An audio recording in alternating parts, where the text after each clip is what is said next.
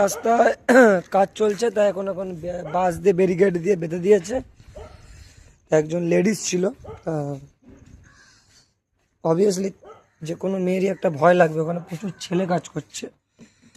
এখন গেলাম, মোটামুটি 300 মিটার অব্দি এগিয়ে দিয়ে আসলাম।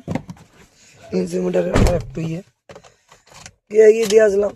আমাকে বললো অনেক ড্রাইভার আসে, ছেড়ে দিয়ে যায় না দাদা, খুব মানে বিরক্ত লাগে আর খুব লাগে। অবভিয়াসলি ভয় তো লাগবে, মেয়ে মানুষ বলে কথা।